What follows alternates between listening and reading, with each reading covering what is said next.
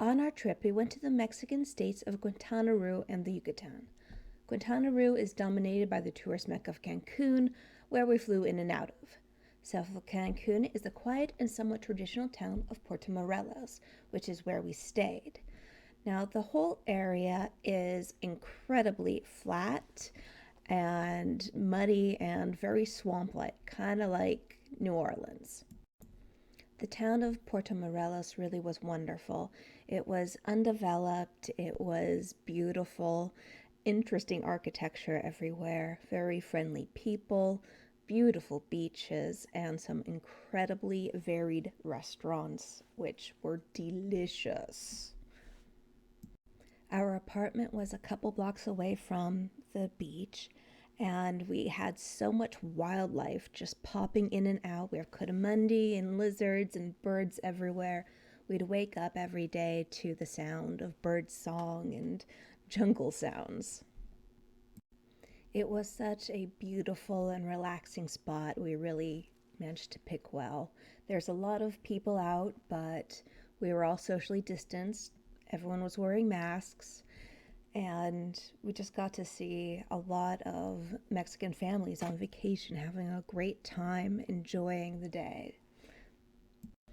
They had a bookshop in town, and the owner was an American who actually used to work at Powell's Books over in Portland. We found that funny.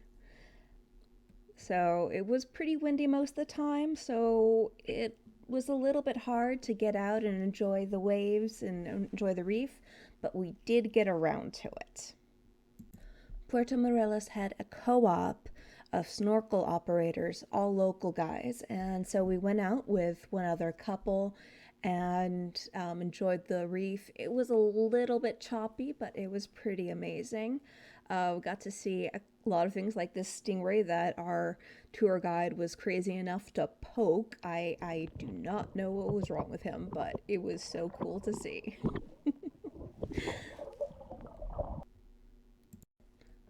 Puerto Morelos really was great, and then we decided to go down to Tulum, the archaeological site that is south of where we were staying. It was amazing. Tulum is set right on the edge of a cliff overlooking the Caribbean Sea. And it's not a huge city, but there's a lot that was just really well intact, and the setting just could not be more beautiful. The most famous building is El Castillo, which is right here. It's a beautifully situated building, and you can't really go into it, unfortunately, but it was a impressive centerpiece to this city. There was a lot of people around, including some very annoying tourists who I'm sad to say were fellow millennials. We overheard one that was going on about how much they love Turkey. And bro, it's like one of the oldest cities in the world. It's like 2,000 years old or something. And I just could not stop laughing at that. Annoying tourists aside, it was just a wonderful setting. One of the things I was most amazed about was the fact that several of the buildings still had the original frescoes on it, at least bits of them. See here, this is the Temple of the Frescoes. You can see little bits and pieces of color. Apparently inside it's even more colorful. And on the sides of this particular temple were these just great faces that they haven't figured out which god they're supposed to be. But it was really fun looking and finding all these little bits and pieces that you overlook otherwise. And that's the House of the Cenote over the Cenote.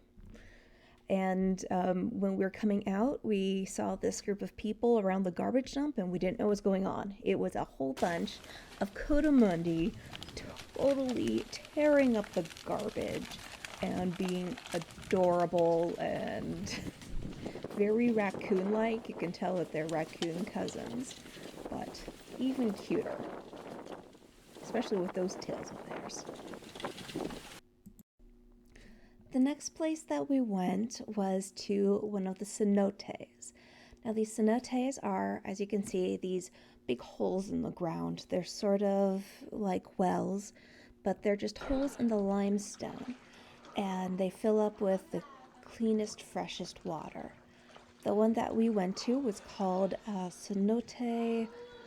It was something azul. It was Green Star, I believe.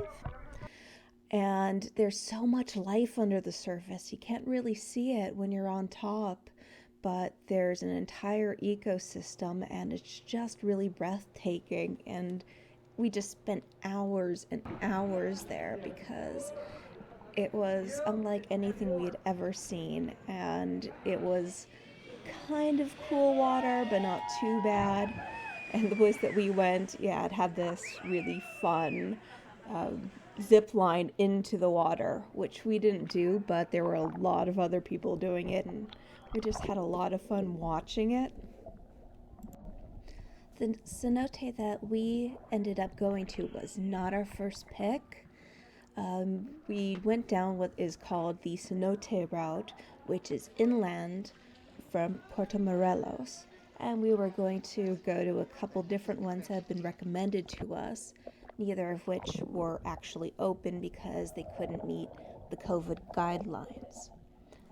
On the way to one of them, we passed a car where people were getting out and obviously going to go on a hike with a couple of dogs, and one of these dogs just started chasing our car. And so it would chase us and it would get really close, so I would stop so nothing would happen to the poor dog. And then it would just kind of trot off looking very happy. And then I would start going again and it would chase us again. So that happened for about 10 minutes until we realized that we had essentially been going down a dead end.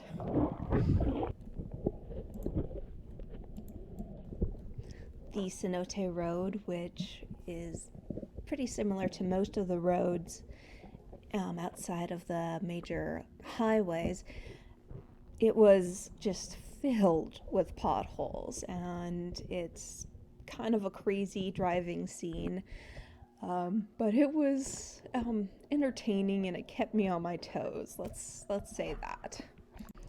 One of the things about this cenote that I love in particular was that it was off the beaten track, and it didn't have a bunch of tourists. There was one boat of tourists that came in and then left, and there was another one, and the second one was all Spanish speaking. And this meant that there were no vendors trying to hawk their wares, which we found essentially everywhere. It was especially bad at the archaeological sites, but even in Puerto Morelos, it was a little annoying.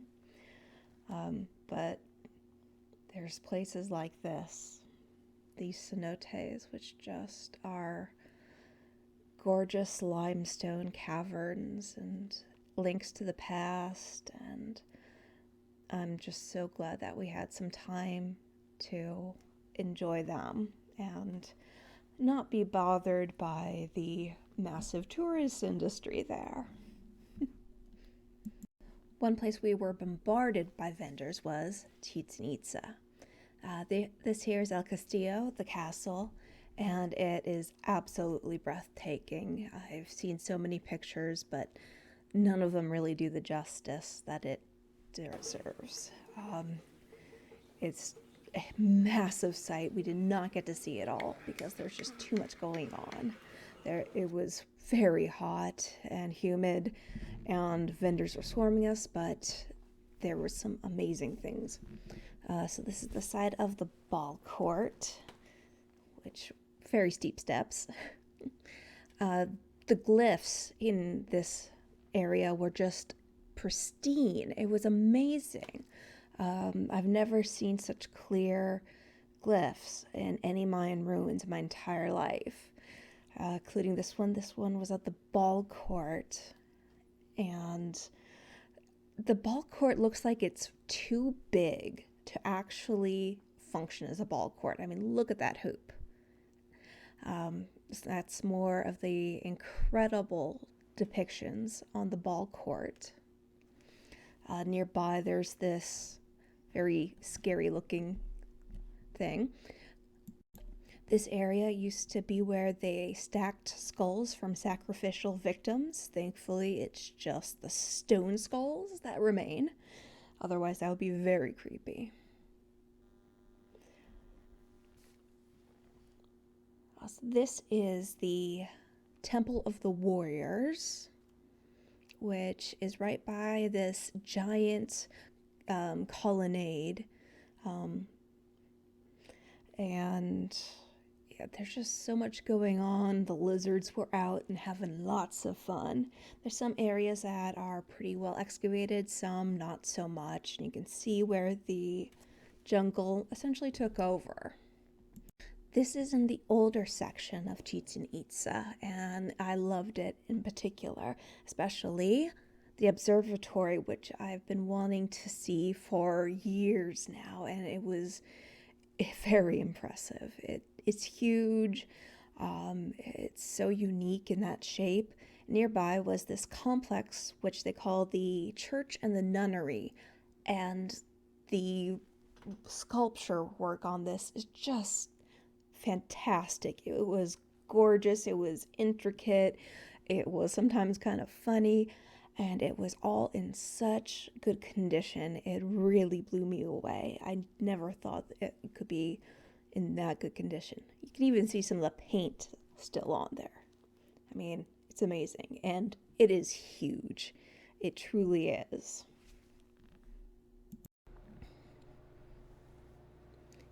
And it was pretty exhausting going through all of this, and this is just the very heart of Chichen Itza. It gets much bigger if you go out the tourist area.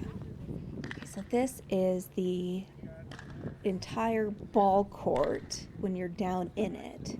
And you can see it is just ridiculously large. I mean, how can you play a ball game? You're only supposed to have 6 people aside, and you can only use your hip and your thigh to kick around this. I think it's a pure rubber ball, they figured that they used. And down on the court itself, there are just these incredible glyphs, and the only people that would be able to see them would be the ball players, who honestly have a lot more going on right now.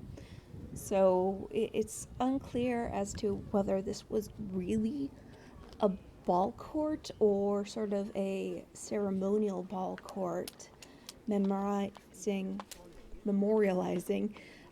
part of the Papa Vow. Really is just so massive and so breathtaking. Onto a side note, the dogs in the area are just so cute. I'm not sure if you can see, but there's actually a dog sitting in the ruins of Chichen Itza. And we saw so many happy dogs. My favorite was when we were by Chichen Itza, the town of Piste, and I was having a really tough time trying to find an ATM because there's no ATMs around. And I was really frustrated and overheated. And all of a sudden, down this alleyway was a dog smiling ear to ear with a tortilla in its mouth. I have no idea how the tortilla got there, but it was hilarious. It was funny. It just lifted my spirits so much. Still don't know what that dog wanted to do with the tortilla, though. Anyway, back to the sightseeing. Cancun. Yes, beautiful Cancun. That is gorgeous beach. But I absolutely loathed the place. You can see from above all these ridiculous resorts. I'll rant about the resorts in a little bit, but thankfully you can get out of the actual Cancun hotel area and you go through these marshlands, these mangrove forests that are so vital to the planet, and you can get to the beautiful reefs that Cancun is famous for. And we just had a wonderful time out there. In particular, we went snorkeling with so many fish in an area that was actually a museum. See, it's just incredible. There's just art that is submerged underneath all this beautiful turquoise water. This was just an incredible thing to witness. It was a little choppy again, but it was remarkable and really magical that you could go up and down in the water and go between beautiful tropical paradise and art. So this is a part of a national monument. It is protected area, and you have to go in with a licensed guide, and there's only a few companies that actually have licensed guides. The artwork is sometimes very minimalist. I love this one, which was essentially just a frame and the life coming in and out of it. I mean, could you think of a better thing to frame than the sea life?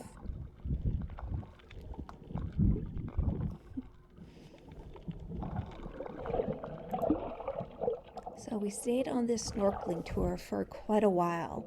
They bus you out to this very small buoy setup that they have, and you just go on from there, just snorkeling. And there's all these really friendly fish on the side, and they let me get up right next to them. I was amazed. These guys in particular, they're the sergeant majors, and I think these are triggerfish of some sort. And they just hung around the boat, the little platform area. And I was really surprised. They actually liked humans. I mean, what kind of fish likes humans? And they have this smile, this ridiculous looking little smile. I was able to touch the back of one of them, and it was very bony and sharp. And I went up to tell Mark this, who was just sitting on top of the platform because he was done for the day. And he was like, yeah, you touched the fish, huh? Well, they're touching you now. Apparently, I didn't even notice, but they were sort of bonking me, head bonking me like a cat would. And I don't know why this is, but they were the cutest things. Oh, stingray! Yeah, so there's a stingray covered in sand. How cool is that? I had seen this sort of thing on nature documentaries, but I didn't realize they actually did just put sand on themselves to hide. When we came by, though, they were not thrilled about it. So instead of keeping on getting themselves all sandy, they kind of left. I get it. I don't like tourists either, especially if they're just bugging you all the time, like they're paparazzi. Most of what I have from here on out is essentially just GoPro video of the fish and the coral off of Cancun. And I just want to tell you about sort of our general experiences when we were down in the Yucatan. Overall, this was a lovely vacation. It had been a while since I had gotten to swim in nice warm water, and so this was definitely a treat. Mark said he didn't think he would ever get me out of the water there.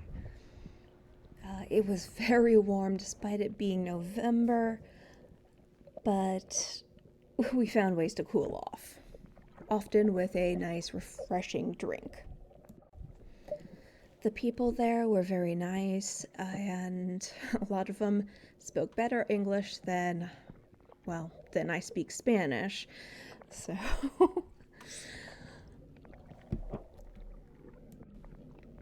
The one thing that really upset me on this was that the bulk of the coastline of Guantanamo Roo from Cancun all the way down through Tulum was just developed by these mega resorts.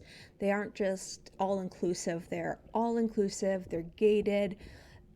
They really were eyesores, but worse than that, they were putting this barrier between the actual communities in Mexico with their history and culture and food and wonderful people, and the people who should be witnessing that, the tourists.